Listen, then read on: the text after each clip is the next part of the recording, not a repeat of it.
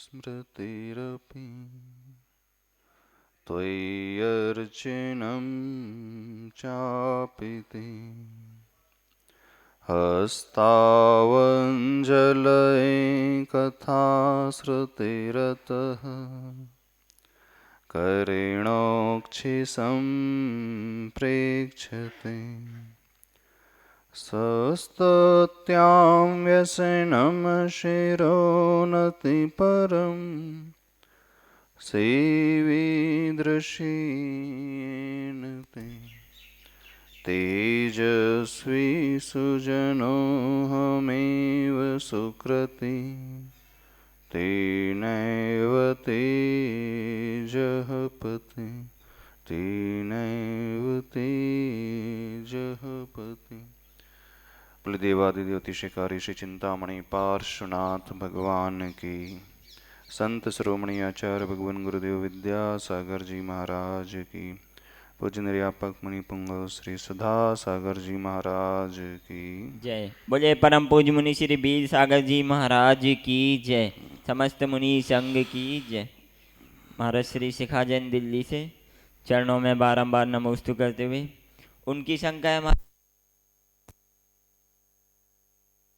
महाराज श्री, मन की शक्ति है तो सब हो जाता है, मन की शक्ति टूट जाए तो छोटी सी बात भी कई बार बड़ी हो जाती है और बहुत बड़ा संकट आए तो वो भी पार हो जाता है। यह मन क्या है, कौन है यह मन? कृपया मार्गदर्शन करें।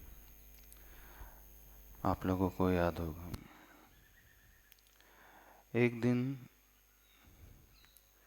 आवाज थोड़ी सी, अपन ने चर्चा की थी मन क्या होता है। जैनागम में वर्णन आता है, द्रव्य मन और भाव मन की अपेक्षा मन के दो भेद होते हैं। द्रव्य मन जो होता है, हृदय में अष्ट पंखुड़ी के आकार के कमल की रचना प्रमाण बहुत सूक्ष्म होता है, इन आंखों से नहीं दिखता है। किसी x ray, CT scan, MRI, PET scan, कितने भी स्कैन जो अवेलेबल हैं आज मेडिकल साइंस में, वह नजर नहीं आता, इतना वह सूक्ष्म है। द्रव्य मन पौद्गलिक रचना है, मनोवर्गणाओं के माध्यम से उसका निर्माण होता है। उस द्रव्य मन के आधार से भावमन होता है। भावमन और कुछ नहीं, हमारे ज्ञानावरण कर्म की क्षेपशम शक्ति विशेष का नाम भावमन है। उस भावमन का उपयोग करके हम चिंतन करते हैं, विचार करते हैं, हमारे मन में भावना पैदा होती है। मनोयोग आदि जो होता है इसी के माध्यम से होता है, मुख्यतः संसारी जीवों में। केवली भगवान की बात अलग है, जिनका भावमन का अभाव हो जाता है वहां पर द्रव्यमन होता है। इस भावमन के माध्यम से ही सारी यात्रा सबकी चलती है। अब कहा जाता है जिसका मन अथवा जिसकी शक्ति कमजोर है वो हारा हुआ व्यक्ति होता है, वो डरा हुआ व्यक्ति होता है, घबराया होता है, बहुत जल्दी कदम पीछे खींच लेता है। किसी भी कार्य को शुरुआत करने में उसे बहुत सोचना पड़ता है, असमंजस में रहता है, डांवाडोल रहता है। सारा खेल चाहे हमारे शरीर के माध्यम से हो रहा है, कुछ भी हो रहा है संसार में देखने में आ रहा है, वो भावमन की ही परिणति होती है। भावमन को मजबूत करना हमारे हाथ में होता है, परिष्कृत करना, उसका सुधार करना, उसको ऊंचाई की ओर ले जाना, ये हमारे पुरुषार्थ पर आधारित होता है। हम जैसा सोचें उसके अनुसार वो बनते चले जाता है। शरीर के रोग बाद में पैदा होते हैं, पहले मन के रोग पैदा होते हैं। डॉक्टर शरीर के रोग डिटेक्ट कर सकता है, डायग्नोस करके बता सकता है, लेकिन मन के रोग जो होते हैं, आप कहते हैं मनोचिकित्सक के पास चले जाते हैं, साइकेट्रिस्ट के पास चले जाते हैं,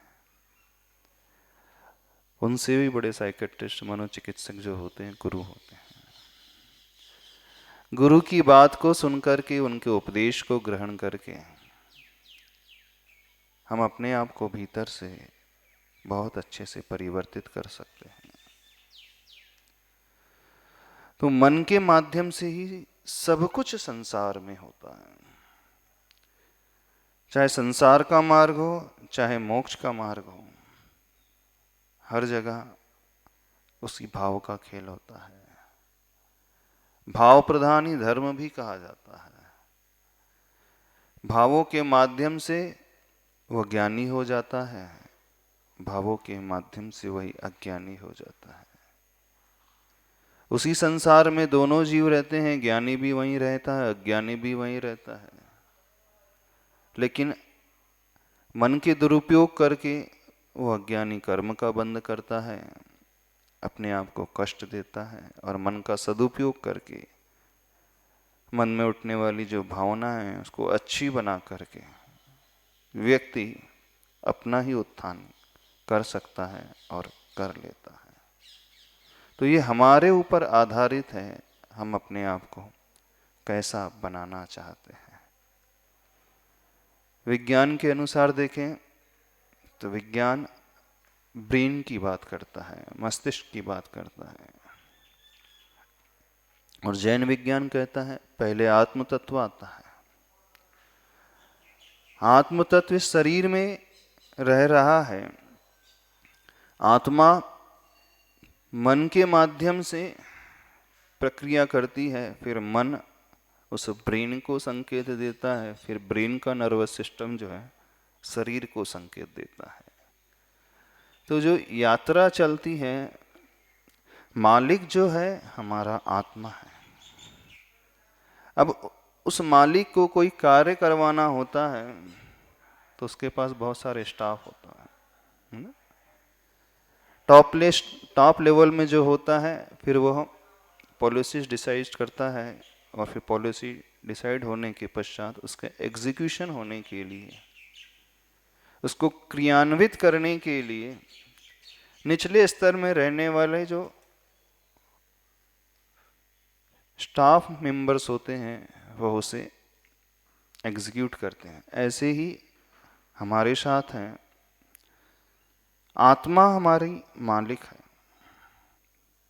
और वह आत्मा मन को संकेत देती है, मन उसमें माध्यम है, मीडियम है। फिर मन के बाद यात्रा शुरू होती है ब्रेन, मस्तिष्क, फिर मस्तिष्क के बाद सारा कार्य होता है शरीर के द्वारा। तो उसे इस प्रकार से समझने की कोशिश करें। शरीर में सबसे लास्ट में रिफ्लेक्शन होता है, पहले जो भी होता है हमारे मन में होता है, और मन से पूर्व हमारी आत्मा जो है उसका निर्णय करती है क्या करना है और क्या नहीं करना है। अब मन को कैसे मजबूत बनाएं? तो मन को मजबूत बनाने के बहुत सारे साधन हैं। बाहरी संगति का प्रभाव इस मन के ऊपर पड़ता है, साहित्य का प्रभाव इस मन के ऊपर पड़ता है, हम क्या पढ़ते हैं, क्या हम देखते हैं, उसका प्रभाव हमारे मन के ऊपर पड़ता है, क्या हम सुनते हैं, उसका प्रभाव हमारे मन के ऊपर पड़ता है। तो ये बहुत सारे फैक्टर्स होते हैं जो इसके इफेक्ट करते हैं। तो बहुत सारी चीज हम चेंज कर सकते हैं, बाहरी वातावरण को जो हमारे हाथ में होती है। कई बार अपन किसी ऐसे व्यक्ति से मिलते हैं, उससे मिलते ही हमें तरोताजगी महसूस होने लगती है, अच्छा लगने लगता है, प्रसन्न हो जाता है हमारा चित्त। और कई बार ऐसे व्यक्ति से मिलते हैं जिससे बात करते ही हम भी घबराने लगते हैं, उसके शब्द सुन करके। परिस्थिति खराब नहीं है, लेकिन वो जिस प्रकार से वो बोलता है, जिस निगेटिविटी को लेकर के वो बोलता है, हारा हुआ सा वो बोलता है, तो उसके तरीके को देख करके अपने मन में भी लगता है बात तो सही हो रही, नहीं होता ऐसा, तो उसका भी प्रभाव पड़ता है। तो ये हमें निर्णित करना है हम अपनी कंपनी किस प्रकार की बनाएं, किन लोगों के साथ उठे बैठें बात करें, किन्हें देखें, किन से बोलें, किन्हें हम सुने, क्या हम पढ़ें, कौन से साहित्य का हम आलम्बन लें। फिर इसके पश्चात हमारा अंतरंग का संकल्प, दृढ़ इच्छा शक्ति, हमारे भीतर की अंतरंग की भावना, ये जो फिर भावना है अथवा दृढ़ संकल्प है, इच्छा शक्ति है, वह हमें ऊपर ले जाने में सहायक होती है। एट लास्ट करना हमें ही है, लेकिन बाहरी फैक्टर है वो भी रोल अदा करते हैं, और वो अच्छे हो जाएं तो हमारे लिए सपोर्टिव हो जाएंगे, और उसके माध्यम से हम अपनी भावनाओं को भी अच्छी बना सकते हैं। तो वो भावना अच्छी कैसे बनती है? गुरुओं के सानिध्य में रहने से, अच्छे साहित्य के पढ़ने से, अच्छे दृश्य देखने से, अच्छी स्पीच सुनने से, अच्छे कार्य करने से, और धारणा अच्छी बनाने से, संकल्प अच्छा बनाने से। ये बहुत सारी चीजें होती हैं जो हमारे जीवन में प्रभाव डालती हैं, और उसके अनुरूप फिर हमारा मन अच्छा अथवा बुरा बनते चला जाता है। समझ में आ रही है बात? नहीं समझ में आ रही?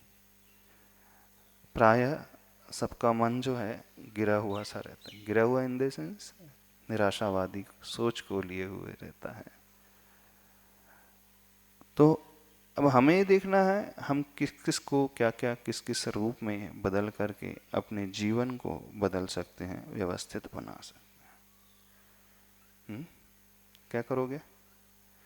इसी भावना को लेकर के चलो आज थोड़े से मन को मजबूत बनाने के लिए ध्यान करते हैं। जिसका मन मजबूत होता है वो बहुत एनर्जेटिक होता है, वो उत्साह से भरा हुआ होता है, उसकी इच्छा शक्ति, संकल्प शक्ति बहुत अच्छी होती है। तो हमारे भीतर उत्साह का संचार करने के लिए क्या करना चाहिए? उसके लिए जो कलर का प्रयोग होता है, कलर थेरेपी के हिसाब से बताते हैं, रेड कलर, लाल रंग को देखते हैं जैसे ही, तो हमारे भीतर भी खून का संचार उसी प्रकार से होने लगता है। नहीं, फैक्ट है ये, कलर थेरेपी के अनुसार। तो अपने भीतर की दृढ़ इच्छा शक्ति को मजबूत करने के लिए हमें किसका आलम्बन लेना चाहिए?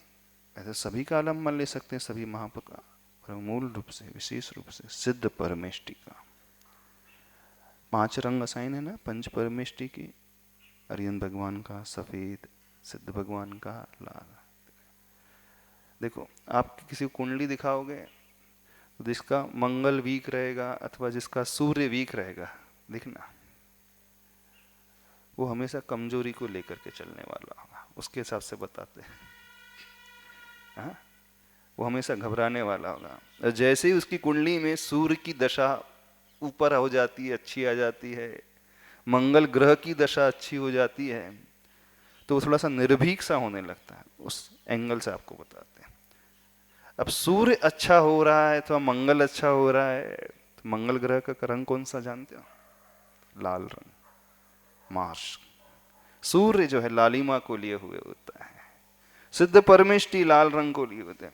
फिर वो ज्योतिष आपको बोलता है कौन सा पत्थर पहनो जो लाल रंग का है, मूंगा आदि है, हाँ उस पत्थर को पहनने से तुम्हें बल मिलेगा। तो वो भी फैक्टर जो है रोल अदा करता है। तो सारे के सारे लेकर के एक ही जगह जाते हैं। चाहे व्यक्ति वो ग्रह की दशा को बदलने की कोशिश करता है अपनी कुंडली के अनुसार, चाहे वो किसी राशि के नग को पहन करके अपने आप को बदलने की कोशिश करता है, कलर थेरेपी वाला उसे लाल रंग बताता है। अब हम सिद्ध परमेष्टि के जब गुणों का चिंतन करेंगे, लाल रंग भी इसी कारण साइन है, वो बाहरी है, ये भीतरी तरीका है। तो उनके गुणों के चिंतन से हमारी वह आत्मिक शक्ति का विकास होता है।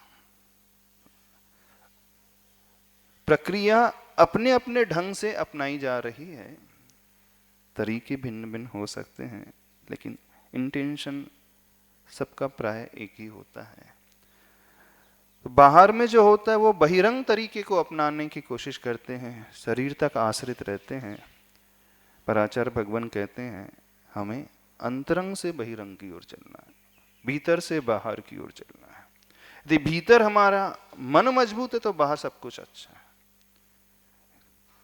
If an egg is broken from the outside force, a life ends. But if an egg is broken from the inside force, a life begins. समझ में आया क्या होता है?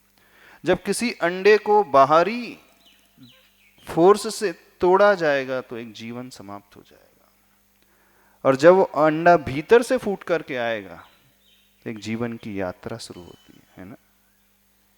अंडा भीतर के प्रेशर से फूटेगा, यानी उसमें रहने वाला जो जीव है, जो चूजा है, जब अपनी शक्ति लगा करके उसे फोड़ता है तो जीवन की शुरुआत होती है। वो जीव निकल करके आता है इस खुली प्रकृति में, अपने आप बढ़ने लगता है, और उस अंडे के ऊपर प्रेशर दिया जाएगा, किसी पत्थर से फोड़ दिया जाएगा तो उसमें रहने वाला जीव मर जाएगा। देख लेना, हाँ? कोई अंडा है, कबूतर का अंडा है, चिड़िया का अंडा, ऊपर से नीचे गिर जाता है, फूट जाता है, समाप्त हो गया वो जीव, अब नहीं बचेगा, वो नहीं बचना है। लेकिन समय के अनुसार जब अंडा अपने आप फूटता है, अपने आप तो नहीं फूटता, उसमें रहने वाला जो जीव है वो शक्ति लगा करके उसके खोल को, उसके आवरण को तोड़ने की कोशिश करता है, चोंच मार मार करके, धीरे धीरे धीरे धीरे। तो जब वो अंदर के प्रेशर से फूटता है तो एक जीवन की शुरुआत होती है, जिंदगी आगे बढ़ती है। ऐसे ही जब हमारे अंतरंग से कुछ फूटता है तो हमारा जीवन बढ़ेगा, सुंदर बनेगा, अच्छा बनेगा। और बाहरी दबाव से उसे फोड़ने की कोशिश करेंगे तो समाप्ति हो जाएगी, मरण है। तो जो भी कार्य यदि भीतर से होगा तो जीवन को बहुत अच्छा बनाएगा, और बाहर से करने की कोशिश करेंगे तो कुछ होगा नहीं अच्छा। समझ रहे हो कि नहीं? तो कुछ भी होना चाहिए तो भीतर से होना चाहिए, पर होता प्राय बाहर से ही सब कुछ है। सब बाहर का दबाव डाला जाता है, बाहर की प्रक्रिया अपनाई जाती है, बाहर की कोशिश की जाती है, लेकिन अंतरंग से जहां होना चाहिए वहां से कोई करता ही नहीं। गलत तो नहीं? अधिकांश क्या होता है, धर्म भी बाहर का है और कर्म भी बाहर का है। तो जो भी बाहर से दबाव डाला जाएगा, बाहर से किया जाएगा, उसका फल नहीं मिलता। अंतरंग से कुछ करने की कोशिश करें हम। जहां अंतरंग से शुरुआत होगी वहां जीवन की शुरुआत होगी, जीवन बढ़ेगा, फलेगा, फूलेगा। तो हमें हर क्रिया को अंतरंग से करना, भीतर से बाहर की यात्रा। यात्रा बाहर से भीतर की नहीं, भीतर से बाहर की यात्रा हो तो वो यात्रा अच्छी यात्रा होती है, व्यवस्थित होती है, सुंदर होती है, फल को देने वाली होती है, मजबूती को लिए हुए होती है। और बाहर की यात्रा में कुछ फल नहीं मिलता।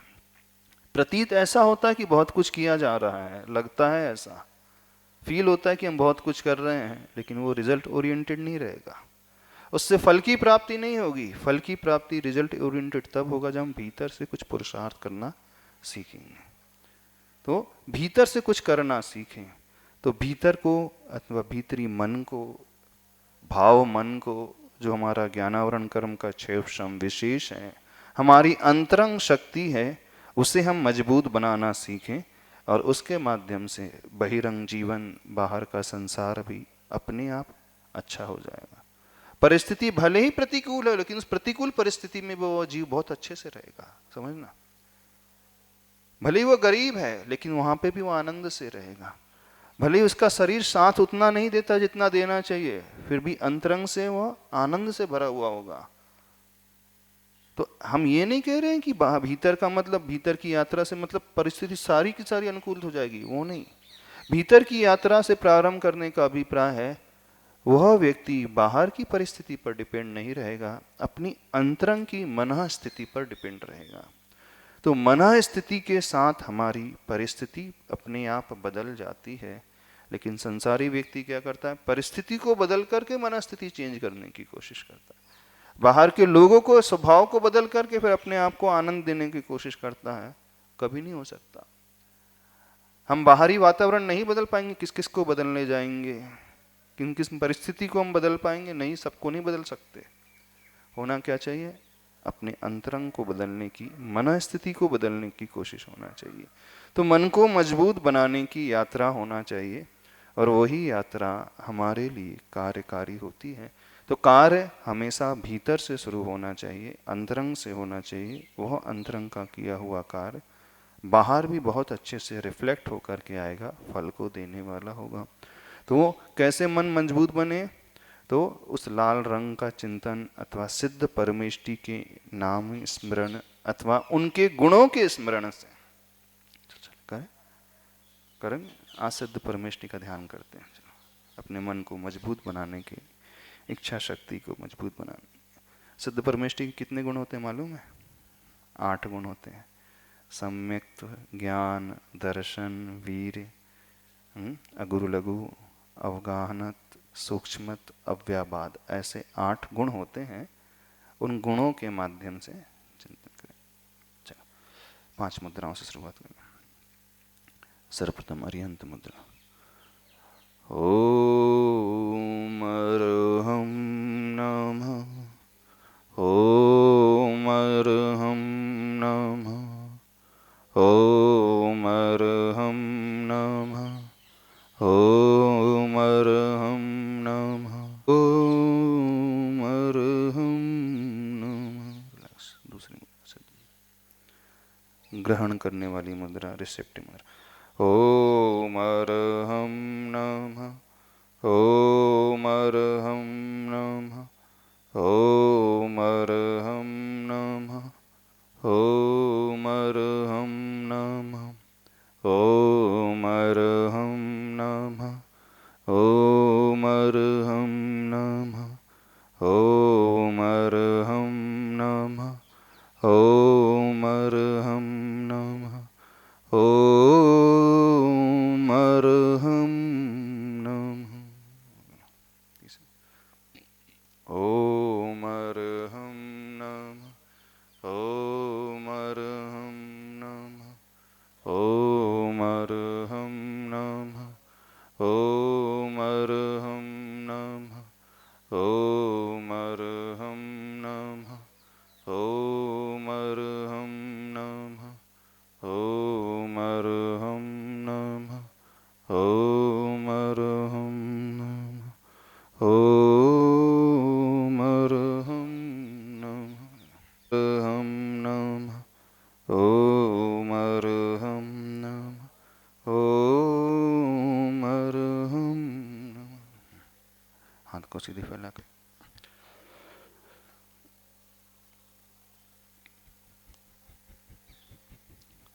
तेजी से मूव करें, और तेजी से।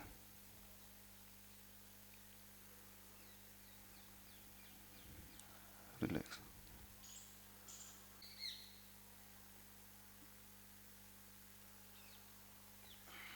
रिलैक्स। चलो 5वीं मुद्रा, साधु मुद्रा। अपने आप को, कमर को झुकाओ, मन को झुकाओ। ओम अर्हं नमः, ओम अर्हं नमः, ओम अर्हं नमः, ओम अर्हं नमः, ओम अर्हं नमः, अर्हं नमः, ओम अर्हं नमः, ओम अर्हं नमः।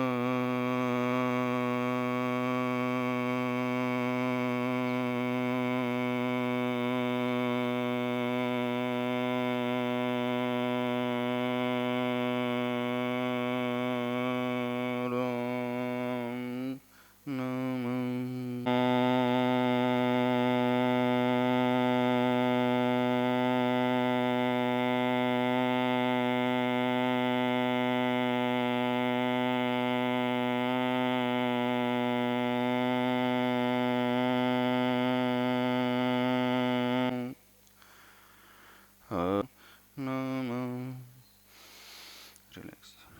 पूरी भ्रामरी ध्वनि को मस्तिष्क में गूंजता हो सुने। गहरी सांस लेके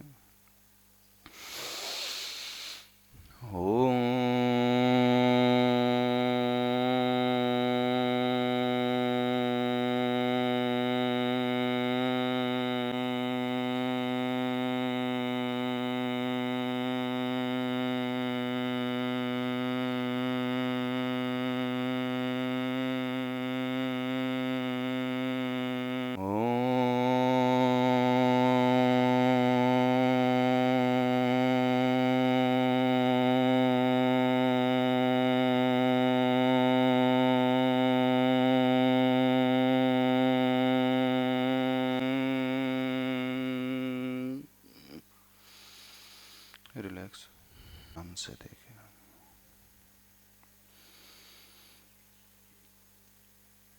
सभी लोग अपने ध्यान को दर्शन केंद्र पे केंद्रित करें। ब्रह्मरंध्र में सिर के सबसे ऊपरी भाग,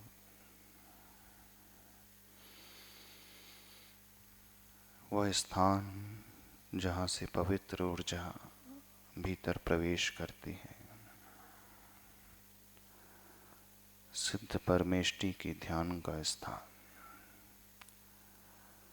शुद्ध आत्मा का ऊर्ध्वगमन सिर के सबसे ऊपरी भाग से ही होता है।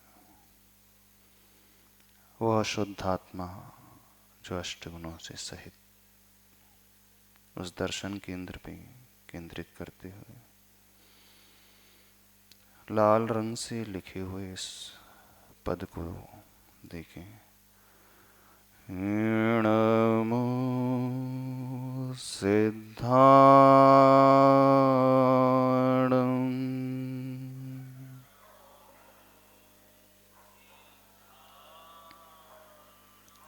सिद्ध परमेष्टि का वाचक है बीजाक्षर सहित मंत्र, 5 अक्षर वाला, चमकते हुए लाल वर्णों में प्रकाशमान। नमो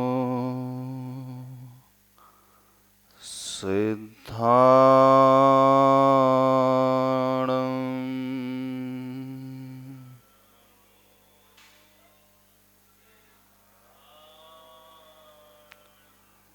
वे सिद्ध परमेष्टि जो 8 गुणों के धारी, उस दर्शन केंद्र में लाल रंग के अष्ट पंखुड़ी वाले उस कमल को देखें, उसकी धारणा बनाएं जो पूर्ण रूप से खिला हुआ है। लाल कमल जिनके 8 दल हैं, सिद्ध परमेष्टि के 8 गुण का वाचक। एक एक पंखुड़ियों पे एक एक गुण को लिखा हुआ देखें। सिद्धाणं।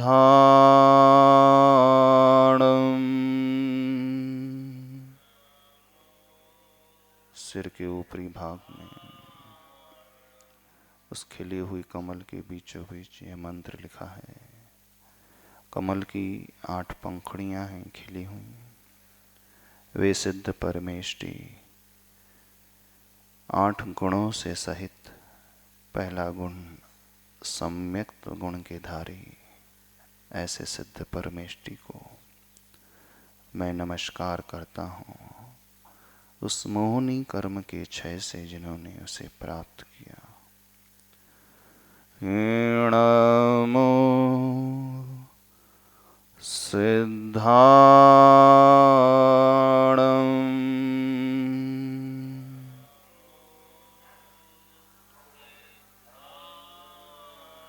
अष्ट कर्मों को नष्ट करके अष्ट गुणों को जिन्होंने प्रकट किया, वे सिद्धात्मा, वे शुद्धात्मा लोक के अग्रभाग पे जो विराजमान है। मेरा शरीर तीन लोक की भांति, उसका अग्रभाग, सिर का सबसे ऊपरी स्थान, उस खिले हुए कमल को देखें जो सिद्ध परमेष्टि के 8 गुणों का प्रतीक स्वरूप। दूसरी पंखड़ी में वह गुण जिनका प्रकट हुआ है, ज्ञान गुण, अनंत ज्ञान गुण के विधारी, वे सिद्ध भगवान शरीर से रहित, सिर्फ जिनकी आत्मा के प्रदेश सिद्धालय में विराजमान है, ऐसे सिद्ध परमेष्टि उस लाल ऊर्जा को अपने सिर के ऊपरी भाग में देखें। नमो सिद्धाणम्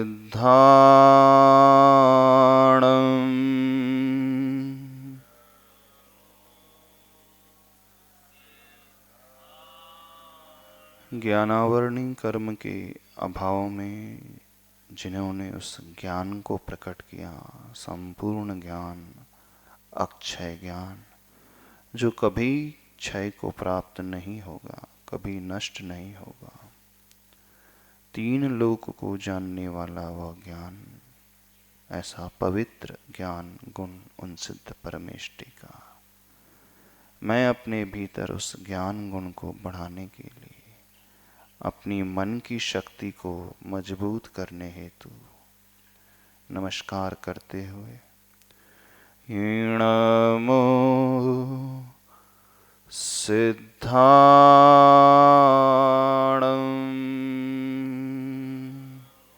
दृष्टि सिर के ऊपरी भाग, दर्शन केंद्र में केंद्रित करें। खिले हुए कमल को, लाल रंग के कमल को अपने सिर के ऊपरी भाग में देखें। शरीर का वह स्थान परम शुद्ध ऊर्जा का स्थान, शुद्ध ऊर्जा वहीं पर एकत्रित होती है। अशुद्ध ऊर्जा शरीर के निचले स्थान से बहती है, ऊपर के स्थान में वह दिव्य पवित्र ऊर्जा का प्रवाह होता है। नमो सिद्धाणम्।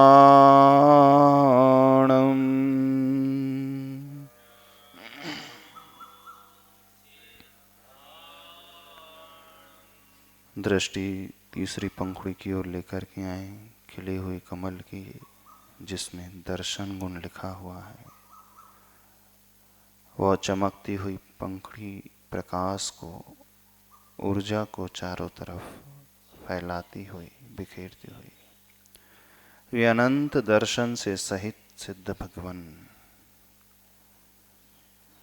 नमो सिद्धाणम्।